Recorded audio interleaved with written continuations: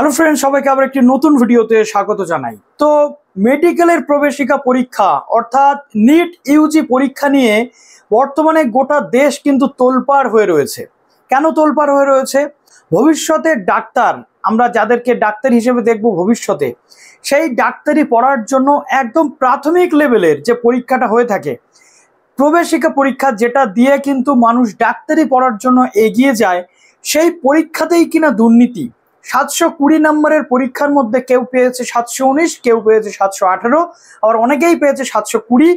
60+ candidate যেখানে প্রথম স্থান অধিকারকারী, যেখানে লাস্ট ইয়ারে ছিল এই সংখ্যাটা অনেক কম।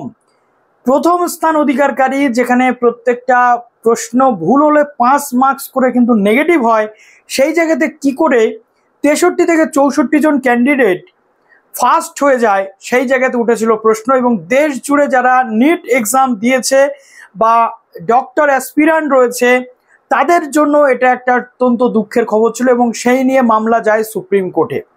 আজকে সুপ্রিম কোর্টের পর্যবেক্ষণ এবং সুপ্রিম কোর্টের বর্তমানে যে অর্ডার পাস হয়েছে সেটা নিয়ে ডিসকাস করব। নিট পরীক্ষা কি পুরোপুরি বাতিল হচ্ছে? পুনরায় কি দিতে হবে নিট পরীক্ষা?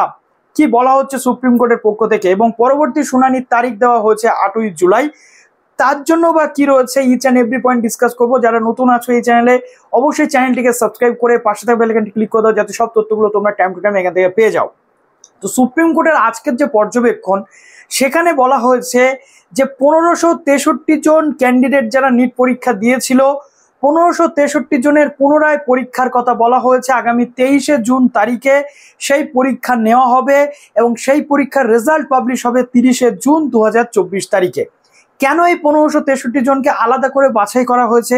তার কারণ কিন্তু একটাই, 1563 জন ক্যান্ডিডেটের গ্রেস মার্কস দেওয়া হয়েছিল বলে অভিযোগ উঠেছে এবং এনটিএ সেটা স্বীকার করেছে। এনটিএর বক্তব্য, এই ক্যান্ডিডেটগুলো দেরিতে ঢুকেছিল বলে এই ক্যান্ডিডেটগুলোকে গ্রেস মার্কস দেওয়া হয়েছে।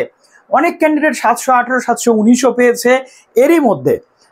এবার সুপ্রিম কোর্টের পর্যবেক্ষণ হলো যে গোটা পরীক্ষা পদ্ধতি বা গোটা পরীক্ষা প্রক্রিয়াটাকে বাতিল না করে কাউন্সেলিং প্রসেসের মতো চলবে এবং এই 1563 জন ক্যান্ডিডেটের পরীক্ষা বাতিল এবং এই ক্যান্ডিডেটগুলোকে পুনরায় পরীক্ষা দিতে হবে। যারা এই 1563 জনের মধ্যে পড়বে না, তারা পুনরায় এই পরীক্ষা দিতে পারবে না।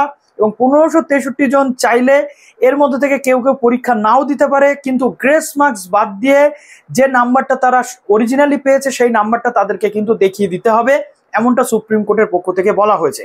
অতএব সবার জন্য পুনরায় পরীক্ষা নয়, নিট এক্সাম যেটা, সেটা শুধুমাত্র 1563 জন ক্যান্ডিডেটদের জন্য সুপ্রিম কোর্টের পক্ষ থেকে কিন্তু ধার্য করা হলো। এখন এই পরীক্ষার রেজাল্টও বেরোবে 30শে জুন তারিখে।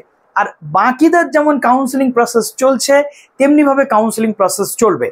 এবার যেটা বিভিন্নভাবে অভিযোগ করা হয়েছিল বিভিন্ন জায়গা থেকে, যে এবার যে নিট পরীক্ষাতে দুর্নীতি হয়েছে, বিভিন্ন সেন্টারে দুর্নীতি হয়েছে এবং এই দুর্নীতিটা আলটিমেটলি কিভাবে হয়েছে, দুর্নীতি আদৌ হয়েছে কিনা, এই পুরো প্রক্রিয়াটা খতিয়ে দেখার জন্য সুপ্রিম কোর্ট তদন্তকারী সংস্থাকে কিন্তু বলে দিয়েছে। এবং আগামী 8ই জুলাই তারিখে সুপ্রিম কোর্ট পুনরায় এই মামলার হিয়ারিং রেখেছে। আশা করি পরবর্তী রায়দান সেই সময় হবে যে কারা এই দুর্নীতির সাথে যুক্ত ছিল, কেন এই দুর্নীতি হয়েছে। এবং এটা একটা ভারতবর্ষের ইতিহাসে সর্বপ্রথম এই ঘটনা ঘটলো যে নিট এক্সামে এরকম একটা ঘটনার কিন্তু সাক্ষী গোটা ভারতবাসী আমরা হয়ে থাকলাম। এখানে শুধুমাত্র যে নিট এক্সাম অ্যাসপিরান্ট যারা, তাদের ক্ষতি সেটা নয়, এটা কিন্তু টোটাল সোসাইটির ক্ষতি, গোটা ভারতবর্ষের মেডিকেল সিস্টেমের ক্ষতি।